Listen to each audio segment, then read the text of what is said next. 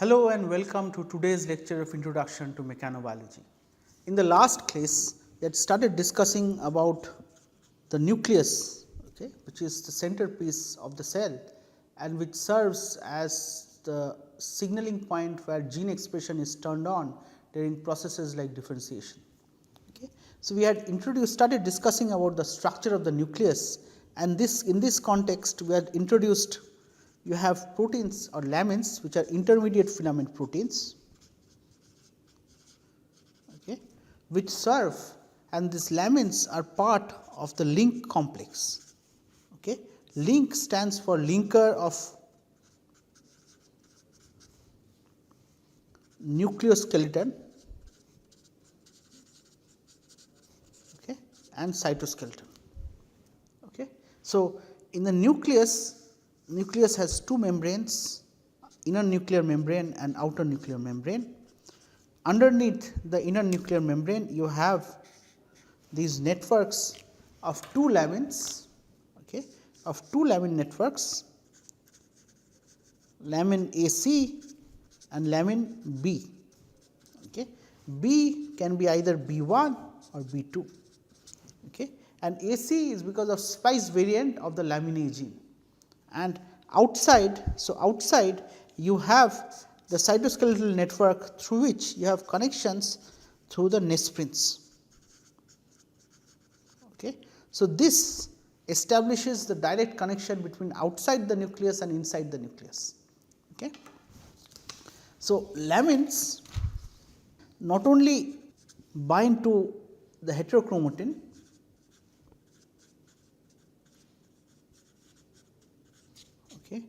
there are various nuclear envelope proteins or NEPs, for example, emerin, sun proteins, etc. These participate in this cross signaling, and the LINC complex serves as a force transducer. So, force might lead to protein unfolding of various proteins within this network, might lead to reinforcement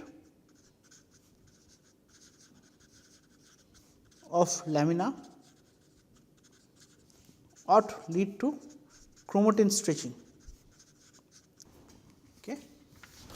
Now, also discuss this paper last class where we showed that lamin A to B ratio varies depending on tissue elasticity. So, this lamin A to B ratio roughly has been shown to scale as e to the power 0.6, where E is the elasticity of the tissue. So, for example, in mesenchymal stem cells, they have high lamin A to B ratio.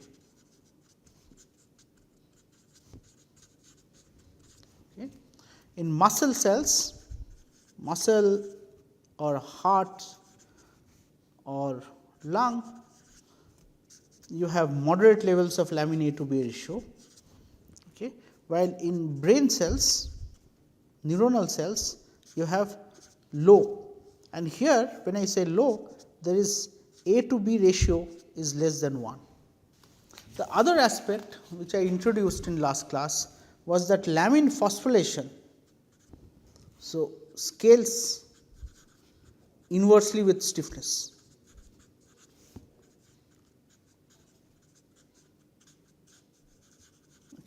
In other words, on cells cultured on stiff surfaces, phosphorylation is less. So, phosphorylation of serine 22 is less on stiff surfaces, but is high on soft matrices. So, if you look at the nuclei sizes inside the cell, if you think of an embryonic stem cell, the nucleus occupies nearly 90% of the whole volume. while in a differentiated cell like a fibroblast, this is order 10 to 15%. Okay. You can clearly see. So, for embryonic stem cell, this is what the nucleus will look like. Okay. There is very little or no cytoskeletal network. So, you just have the nucleus occupying the gamut of the space, versus for a fibroblast, the nucleus is right at the center and it takes a much less amount of space, and it is also more elongated under a lot more stress, because you have cytoskeletal fibers which actually push down on the nucleus. In this regard, it has been shown that there are perinuclear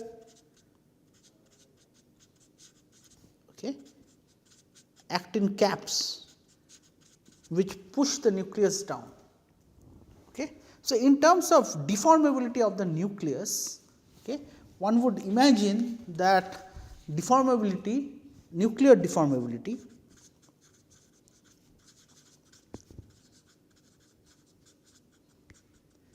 will be high in stem cells.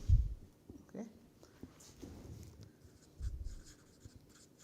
And why is that? So, in an embryo, if you talk about an embryo, a deformable nuclei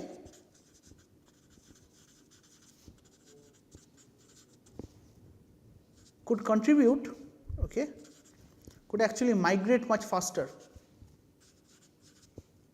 or squeeze through much faster. Okay. So, to do this, to assay how nuclear deformability varies between stem cells and differentiated cells, a simple experimental setup that has been used is the experimental setup of micropipette aspiration.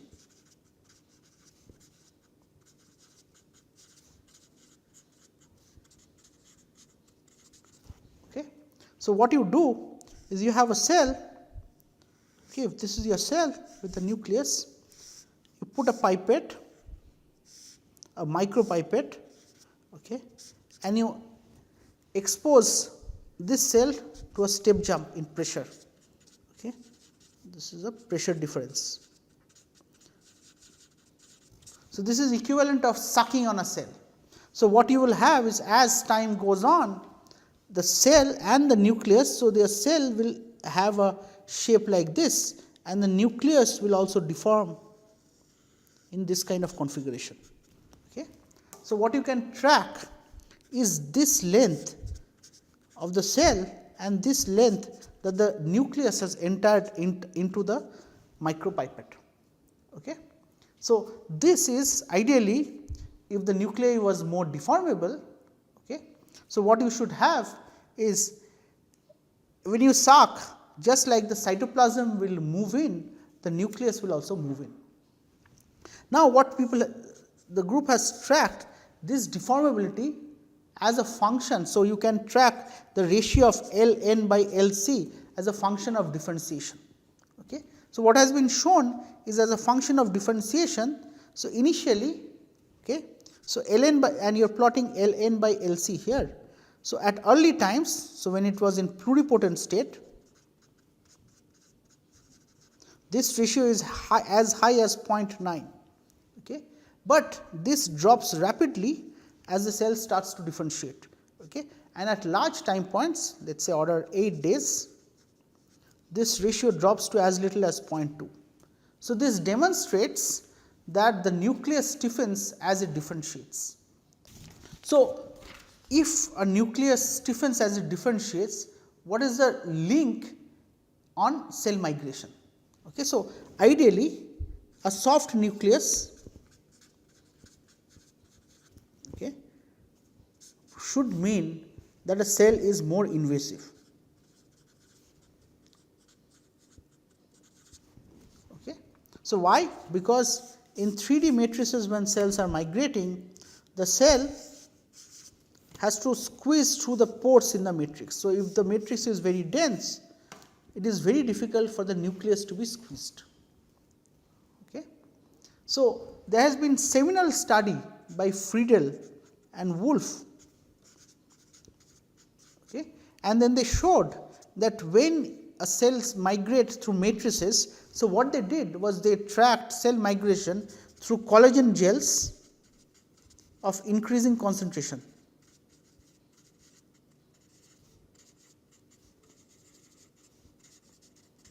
Okay. And what they showed that if the cell is secreting MMPs, then whatever be the concentration does not matter, because the cell will secrete MMPs and they will degrade the matrix, thereby making holes which are big enough for the cell to squeeze.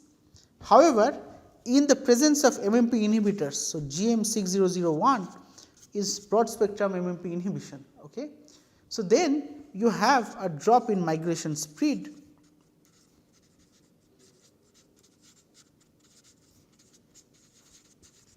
Okay.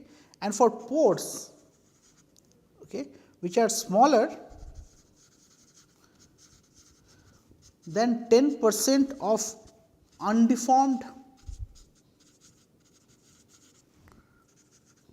nuclear cross section. Okay. So, there is complete migration arrest,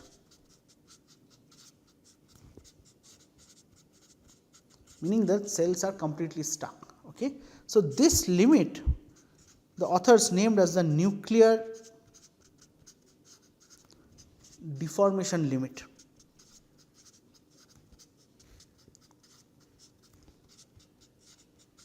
Okay.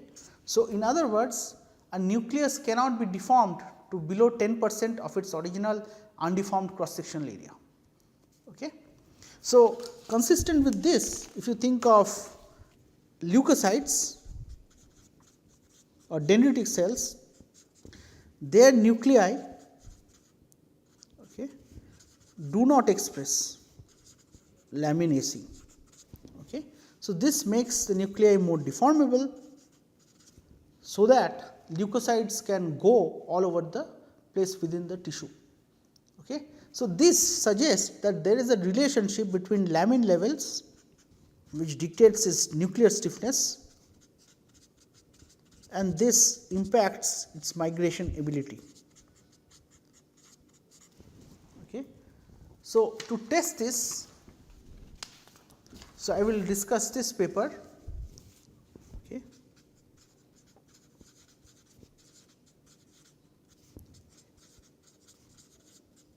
Okay.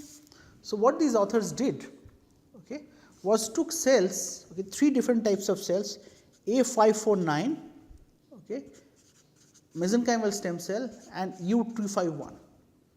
Okay. So, these have different A to B ratio. Okay. So, for A549s, this is 2.3, MSC have high, they have A to B ratio of 8, and U251 have 0.8. Okay. So, A to B ratio is varying in these cells, okay, while B ratio, okay, B1 and B2 are roughly comparable. Okay. So, they asked, okay, so they used transfer migration ports. Okay. What are these? Okay. So, these are transfer migration inserts in which you place cells on the top, okay, put a gradient, you put a gradient in serum. So, this acts as a chemotactic cue, making the cell squeeze. Okay. But if you reduce, so this is your port size. Okay. So, if the port size is comparable to the nuclear size, so ideally there should be no difference. Okay. But if your port size is other 3 microns, then the real picture is something like this. Okay. This is your cell and this is your nucleus. Okay. It has to deform significantly to make it through the pore. Okay.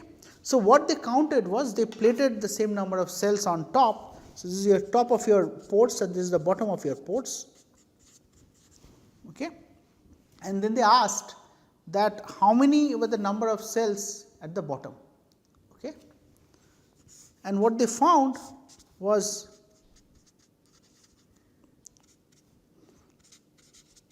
So, U251 cells which have the lowest lamin A to B ratio. Okay. So, so maximum number of these cells were able to transit, and it was lowest in case of A549 cells. Okay. So, suggesting once again that when lamin A to B ratio is high, so this is number of cells at the bottom of the ports. Okay. So, in U251 cells you had the maximum efficiency of migration because the A to B ratio was low and these cells were soft. Okay. But what they also observed was when they looked at the nuclei underneath, okay, in the bottom ports, many of the nuclei, okay, they exhibited these blips. Okay. So, if this is a regular shape of a nuclei, after migrating through the ports, they had these kind of shapes. So, these are examples of nuclear blips. Okay. And what they found was, in general case, A and B networks, okay, lamin A and B are juxtaposed. Okay. But in these nuclei, there was a separation or segregation of lamin A and B. Okay. So, first of all, not only were these cells nuclei were elongated, okay, but you have these odd shaped nuclei and the segregation of lamin A to B. Okay. So, this segregation of lamin A to B and all this was only observed in 3 micron ports. It was not observed in 8 micron ports, where the ports are big enough that the nucleus does not need to deform much. Okay. So, this shows that having low lamin A to B ratio actually helps the nuclei to migrate. Okay. And during the migration, there is significant amount of change in nuclear shape, okay, which correlates with the migration process. Okay. So, what they then did, okay, they compared the nuclear. So, if you have a nuclear shape like this, you can track the shape by using a measure of circularity, okay, which returns a value of 1. Okay. So, this is a value between 0 and 1, 1 means perfect circle. Okay. So, in U251 cells, okay, which had low lamin A to B ratio, okay, there was no change before and after. Okay. At the top and the bottom, the circularity remained unchanged. Okay. But in case of mesenchymal stem cells, okay, the bottom cells were much more elongated. Okay. And what they also found, okay, was you could track this change in stiffness, okay, with the lamin A levels. Okay. So, what it also suggested, so based on their experiments, they suggested that lamin A acts like a viscous damper. Okay. And lamin B acts as an elastic spring. Okay. In U251 cells, okay, as soon as it deformed, when they let go, when they came underneath, they immediately regained their shape. So, that is why, and they had A to B ratio of 0.8, which is less than 1, which means that lamin B was significantly high in these cells. Okay. In these cells, there was no change in circularity, but in these cells, in MSCs as well as in A549 cells, okay, which had much greater lamin A to B ratios, you found a significant drop in this nuclear shape. Okay. So, you have, so mechanically you would represent this network to lamin B would be the spring and lamin A would be this dashpot. Okay. So, the lamin B network, when it deforms, after deformation is removed, because it is an elastic network, so this deformation is reversible, while the lamin A network, which is a viscous damper, whatever you deform, you do not regain, you lose that. So, you have irreversible deformation. Okay. So, you have two different deformations. What they also observed that given that there was some heterogeneity in the population, okay, so the ones at the bottom, okay, so they checked. So, you have the top cells and the bottom cells, and then they checked what is the circularity of the cells at the top and the bottom, okay, and they found, okay, but the cells which were at the bottom also expressed lesser amount of lamin A ratio. It was less compared to those at the top. Okay. So, even for the cells which migrate, so you have lamin A levels, okay, leads to sorting in 3D migration.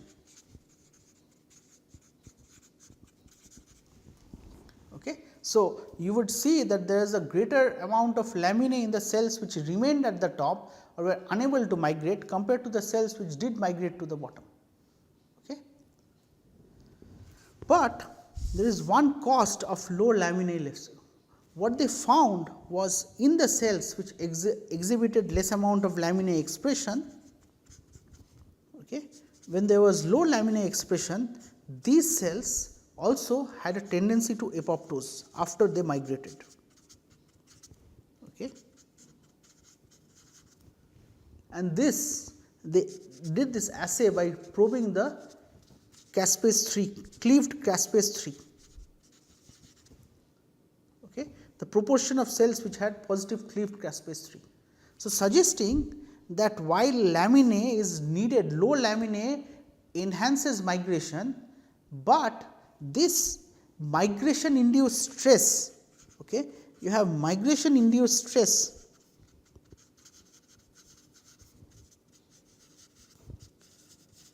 leads to apoptosis,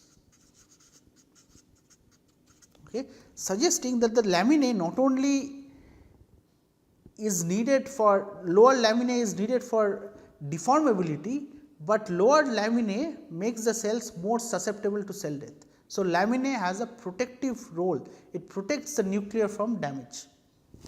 Okay. And what they also observed, okay, that when they did a deep knockdown of lamin A, so when they did a deep knockdown of lamin A using siRNA, okay, what they found was in these cells you have this HSP19 heat shock protein is a protein which is associated with DNA damage, okay, or DNA repair.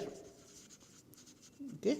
Expression of HSP90 was significantly dropped. So, siRNA led to significant drop in HSP90 cells.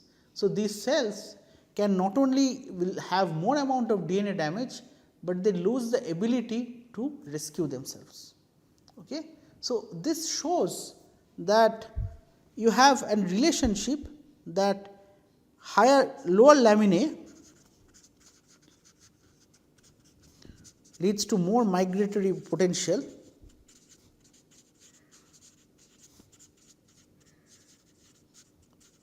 but it also leads to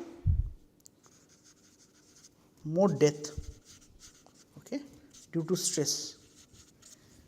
So, essentially you need to optimize the amount of lamin A so that you are also deformable and you can also migrate and you do not die. Okay. So, consistent with these observations, what has been found is in most of the cancer cells. So, there was a study which compared the expression of these proteins, so LINC proteins in cancer cells, how their expression is altered. And what they found was, say, it compared MCF10A, okay, MCF7 and MDMB 231, and what they found as, so this is normal mammary epithelial cells,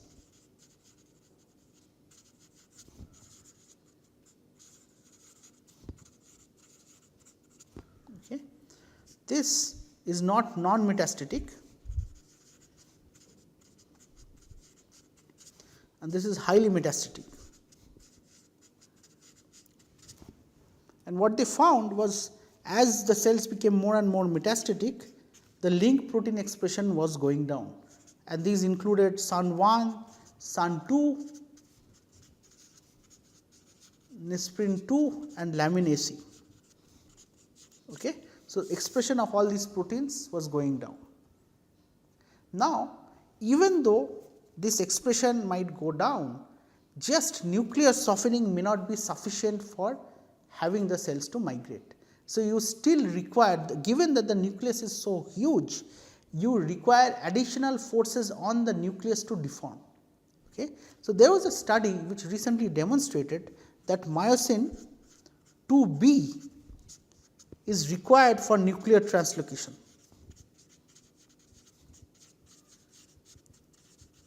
Okay. And what they showed was when they knocked down 2B, the average nuclear height increased. Okay. So, this was indirect hint that if, as opposed to a nuclei being very thin, if you knock down myosin 2B, if the nucleus becomes big, then it will be that much more difficult to squeeze through a small pore. Okay. And then they subsequently showed that there is,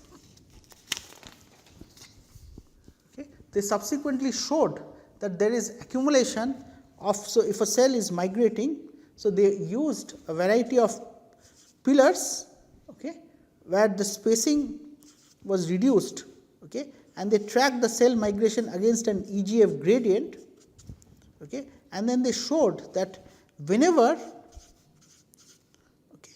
the nucleus was trying to pass through these pores, okay, you had an accumulation of myosin 2 at the rear. So, you have 2B at the rear, and what this is doing, 2B is actually squeezing the nucleus.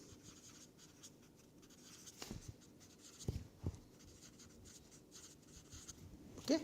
So, even though nuclear softening helps, you still require myosin generated forces to pull the nucleus forward. Okay. With that, I end here today, and there will be several reading assignments for this class.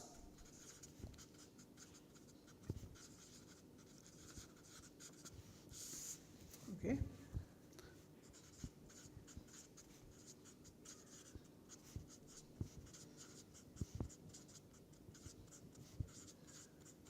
Okay. This was a physical limits paper which showed that the nuclei cannot be deformed beyond 10%.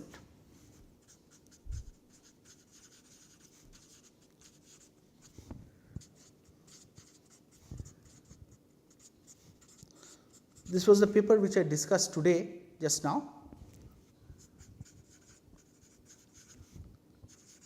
and this is a recent paper which showed that myosin 2B is required for pulling the nucleus forward. With that, I stop here today. Thank you for your attention.